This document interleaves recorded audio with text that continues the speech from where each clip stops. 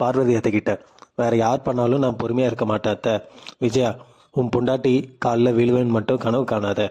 அண்ணாமலை, மீனா கிட்ட மன்னிப்பு கேட்கணும். விஜயா, நான் மன்னிப்பு கேட்க மாட்டேன். ரூமுக்குள்ளே போயிடுறாங்க. பார்வதி, பாவம் அந்த பொண்ணு. விஜயா, அந்த பூ கட்டுறவகிட்ட நான் போய் மன்னிப்பு கேட்கணுமா? இதான் நான் வெளியே வர மாட்டேன்னு ஹாலில் ஸ்ருதி, ஆன்ட்டி மேலே தான் தப்பு இருக்கு.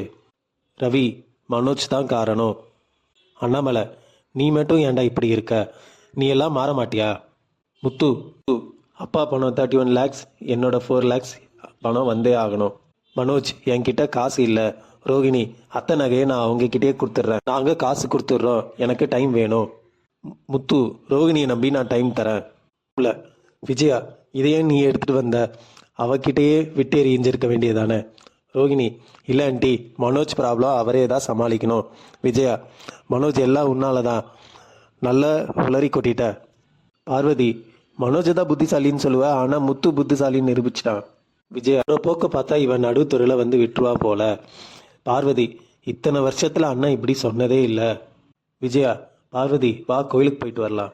வீட்டு மாடியில் மீனா, நான் தப்பு பண்ண மாதிரி மூஞ்சில நகையை விட்டு எறிகிறாங்க. ஸ்ருதி, நீங்கள் பார்வதியை கூட்டிட்டு வந்தது ராங். தூங்கி எந்திரிச்சா பசிச்சா அவங்களே வெளியே வரப்போகிறாங்க. மீனா, மாமா அத்தை கிட்ட பேச மாட்டாங்களா? நம்ம தான் சரி பண்ணணும். ஸ்ருதி, நாம் சைலண்ட்டாக இருக்கணும். அந்த புள்ள சரியாக தான் சொல்கிறா. கோவிலில் பார்வதி, மன்னிப்பு கேட்டால் தான் பேசுவேன்னு அண்ணன் தீர்மானமாக சொல்லிட்டாரு. விஜயா, அவர் எப்பவுமே பேசாமலே இருக்கட்டும். சுதா வராங்க. சுதா, உங்கள் முகமே சரியில்லை. கையில் வளையல் இல்லாமல் இருக்கே, பண பிரச்சனையா? விஜயா, என்ன தேய்ச்சி குளிச்சேன்ல, அதான் கலட்டி வச்சிட்டேன். சுதா, வேற எதுவும் பிரச்சனை இல்லைல்ல? நீங்கள் வளையல் போடலைன்னா எனக்கு கௌரவ குறைச்சல்னு சொல்லிட்டு கிளம்புறாங்க. அண்ணாமலை முத்து மீனா கிட்ட, விஜயா என்கிட்ட நிறைய விஷயம் மறைச்சிருக்கா, நான் உங்ககிட்ட மன்னிப்பு கேட்குறேன்.